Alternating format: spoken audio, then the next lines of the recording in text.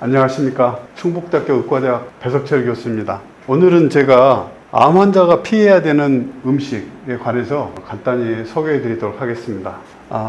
첫 번째 말씀드릴 내용은 지방인데, 지방이라고 해서 다 문제 되는 건 아닙니다. 좀 들어보시면 어떤 지방을 피해야 되는지 아시게 될 겁니다. 암 환자들이 암 때문에 많은 고통을 받는데, 그것과 함께 또 받는 부수적인 고통이 있습니다. 그것은 주변에서 들리는 이거는 안 좋다, 저거는 안 좋다 해서 이것저것 따지다 보면은 먹을 게 없습니다. 근데 제가 이 자리에서 여러분들께 분명히 말씀드리고 싶은 건 뭐냐면, 잘 먹는 것이 중요합니다. 맛있게 식사를 잘 하시는 게 중요한데, 그렇지만 그럼에도 불구하고 과학적으로 입증되어 있는 암 환자에게 좋지 않은 음식은 분명히 있습니다. 이제 그 중에 하나가 지방인데요. 이 지방은 그 종류가 크게 두 가지가 있습니다. 하나는 동물성 지방, 하나는 식물성 지방인데, 이 두 가지는 그 지방의 모양만 보면은 금방 알 수가 있습니다. 동물성 지방은 다 반고체입니다. 버터, 마가린 뭐 이런 것들 다 반고체죠. 근데 식물성 지방은 다 액체입니다.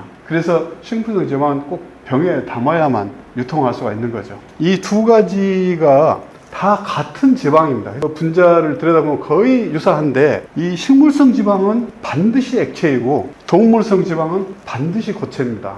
근데 왜 이 차이가 생길까요? 이 두 가지 종류의 지방을 분자 수준에서 보면 이렇게 생겼습니다. 이게 동물성 지방이고요, 이게 식물성 지방입니다. 근데 이 동물성 지방은 여기가 주 일렬로 잘 서 있죠. 어떤 분자가 규칙적으로 잘 배열될 수 있으면 그 물질은 고체화되기가 쉬운 겁니다. 반면에 식물성 지방은 여기가 이렇게 꺾여 있지 않습니까? 이 꺾인 것 때문에 이 지방 분자가 규칙적으로 배열되기 어려워집니다. 규칙적으로 배열되기 어려워진다는 얘기는 고체화되기 어렵고, 따라서 액체로 남는 겁니다. 그래서 식물성 지방은 불포화 지방산입니다. 이게 이제 이 지방이고요, 여기 하나하나는 산이라고 합니다. 근데 이 지방산 하나 여기가 이렇게 하나 꺾여 있죠. 꺾인 거는 여기에 그 이중결합이 들어있기 때문에 그렇습니다. 근데 이 이중결합이 들어갈 때도 이중결합이 들어가는 것이 시스, 그러니까 예를 들어서 이 두 개가 균형을 갖추지 않고 한쪽 방향으로 들어가는 경우, 이게 시스 지방이고요, 이게 반대로 들어가는 경우가 있는데 이게 트랜스 지방입니다. 트랜스 지방은 이렇게 줄을 잘 맞출 수 있지만, 시스가 되면은 여기에 그 각도가 벌어지게 돼서 이렇게 꼭 구부러지게 돼 있습니다. 이게 구부러지는 것 때문에 식물성 지방은 액체화 되는데, 동물성 지방은 그런 게 없습니다. 그냥 전부 다 일렬로 돼 있죠. 그래서 이거는 그 수소가 더 이상 들어갈 수 없게 다 돼 있어요. 그래서 포화지방산이라고 합니다. 근데 여기는 이중결합이 하나 있기 때문에 이 이중결합이 열리면서 수소가 더 들어갈 수, 여기 하나씩 해서 두 개가 더 들어갈 자리가 있는 겁니다. 그래서 아직 포화되지 않았다 해서 불포화 지방산이라고 하죠. 불포화 지방산은 액체 형태를 가지게 됩니다. 그런데 이 식물성 지방, 특히 이 불포화 지방이 가지는 문제가 있습니다. 보통은 이 불포화 지방이 인체에 어떤 악영향도 미치지 않습니다. 이거는 누구나 먹어도 되지만, 이 불포화 지방을 고온으로 가열하게 되면 여기가 열려서 이제 산소가 껴들어갈 수가 있습니다. 이제 여기를 보시면 이 포화 지방은 이렇게 돼 있어서 동물성인데 일렬로 돼 있고, 불포화 지방은 식물성인데 액상으로 돼 있고, 여기가 이렇게 구부러져 있고, 여기가 한쪽으로 치우쳐져 있기 때문에 꼭 구부러지게 돼 있습니다. 자연계에 존재하는 불포화 지방산은 반드시 이곳이 꺾이게 되어 있습니다. 그런데 이 불포화 지방산, 보통 이제 우리가 쓰는 식용유들을 가지고 튀김을 만든다든지 뭐 할 때 고온으로 가열하거든요. 고온으로 가열하게 되면은 공기 중에 산소와 만나서 이 부분에 산소가 껴들어갈 수가 있습니다. 여기에 이렇게 산소가 껴들어가는 거죠. 이 구조를 잘 보면은 이 모양입니다. 이런 모양을 에폭사이드 구조라고 합니다. 이 에폭사이드 구조는 굉장히 불안정한 구조입니다. 왠가 하면 이 분자들이 이렇게 다른 거하고 만나서 결합할 때 그 결합각이라고 하는 게 있습니다. 그 결합각은 109도가 정상입니다. 그런데 세 개가 만나서 이렇게 삼각형을 만들게 되면은 109도를 만들 수가 없습니다. 60도가 되는 거예요. 정삼각형 60도이듯이. 그러면은 109도 각도밖에 만들지 못하는 요 분자 구조를 60도로 확 꺾어 놓으면은 굉장한 텐션이 걸리게 됩니다. 이 텐션이 걸리는 만큼 에너지 상태가 불안정해지고, 이 각도를 문제 때문에 쉽게 이게 열리게 됩니다. 이게 열리면 이 산소가 산소 라디칼이라고 하는 걸 만들게 되는데 이것이 활성산소보다 훨씬 더 위험한 산소가 되는 겁니다. 보통 이제 우리 몸에 대해서 공부를 하신 분들은 활성산소가 안 좋다는 것은 다 아실 겁니다. 그런데 이 활성산소는 사실 그렇게 위험하지 않습니다. 왜냐하면 우리 몸은 활성산소에 대해서 몇 개의 방어막을 만들고 있어요. 활성산소가 생기자마자 제거할 수 있도록 다 방어막을 만들고 있죠. 그런데 이 에폭사이드 구조에 대해서는 우리 몸이 방어막을 안 가지고 있습니다. 그래서 이 물질이 생기면 그러면 이 물질이 몸 안에서 돌아다니다가 어딘선가 이게 반드시 열리게 돼 있는데 열리는 순간 얘는 폭탄이 되는 겁니다. 그래서 이런 물질이 우리 몸에 들어오지 않게 하는 게 좋죠. 근데 포화지방산은 이런 것이 없기 때문에 가열을 해도 들어가지 않습니다. 산소가 들어갈 자리가 없습니다. 그러나 그 식용유 같은 식물성 불포화 지방산은 이 자리에 이렇게 들어가서 산소가 들어가서 이 에폭사이드 구조를 필연적으로 만들 수 있게 돼 있습니다.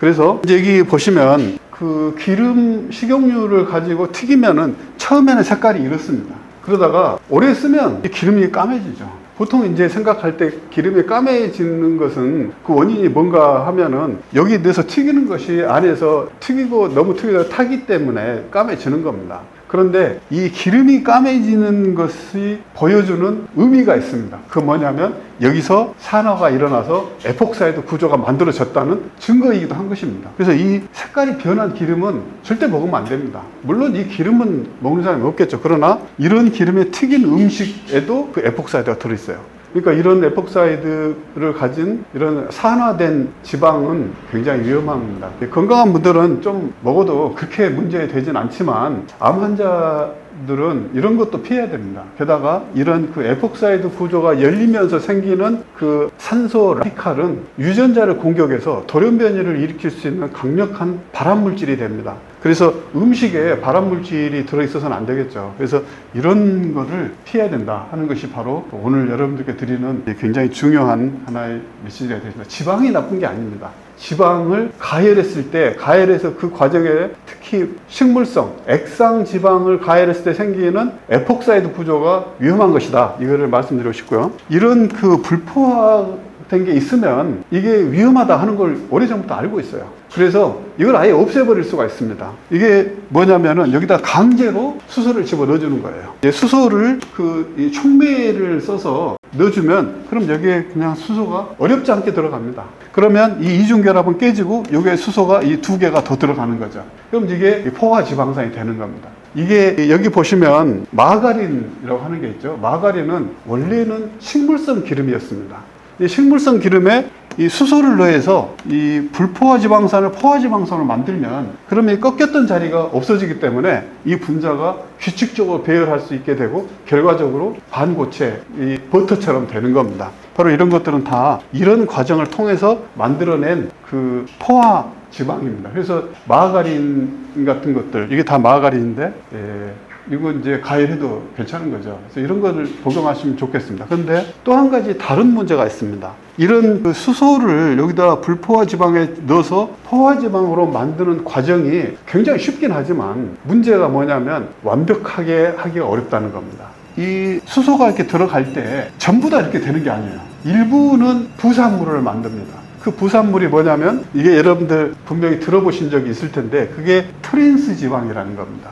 이게 왜 트랜스 지방이라고 이름이 붙었냐면은 여기에 들어갈 때 여기가 지금 원래 자연계에 존재하는 그 불포화 지방산이거든요. 불포화 지방산은 여기 이중결합이 들어갈 때 수소가 한쪽으로 한 데서 들어가게 돼 있습니다. 이 자연계에 정상적으로 생성되는 모든 불포화 지방산은 전부 다 이렇게 한쪽으로 편향되게 돼 있습니다. 이렇게 한쪽으로 편향된 지방산을 시스 지방산이라고 합니다.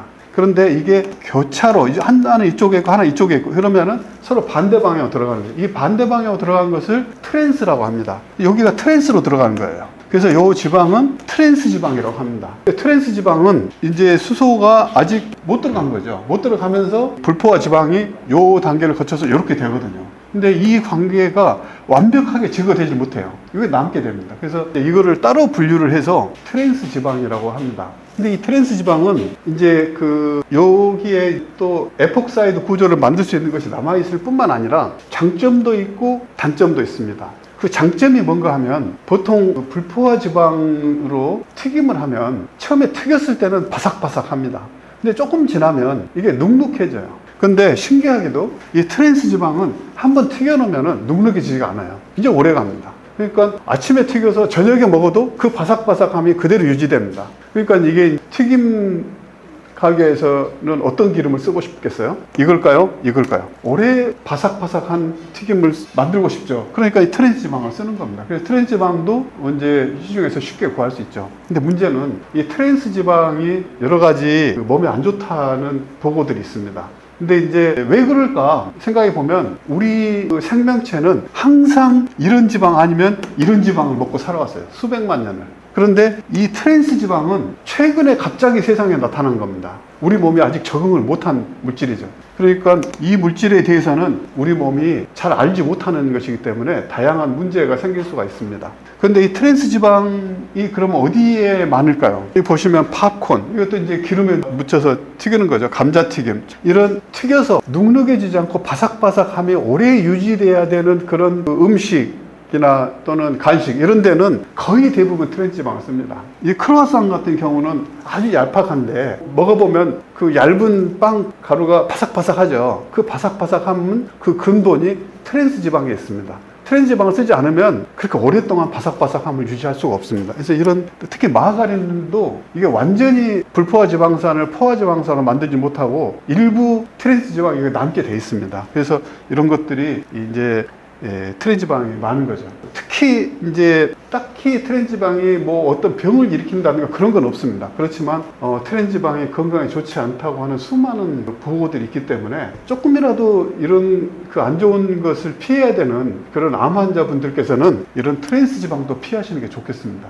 결론을 말씀드리면 식물성 기름을 가열해서 만드는 거 그런 것들은 기름이 노란색을 유지하는 것이 넘어가면 그러면 더 쓰면 안 됩니다. 그러니까 예를 들어서 꼭 통닭이 드시고 싶다. 그럼 집에서 튀기셔야 됩니다. 근데 예를 들어서 치킨집에서 튀김을 먹는다고 하면은 한 번 튀기고 기름을 바꾸는 그런 튀김집은 없어요. 통닭집에.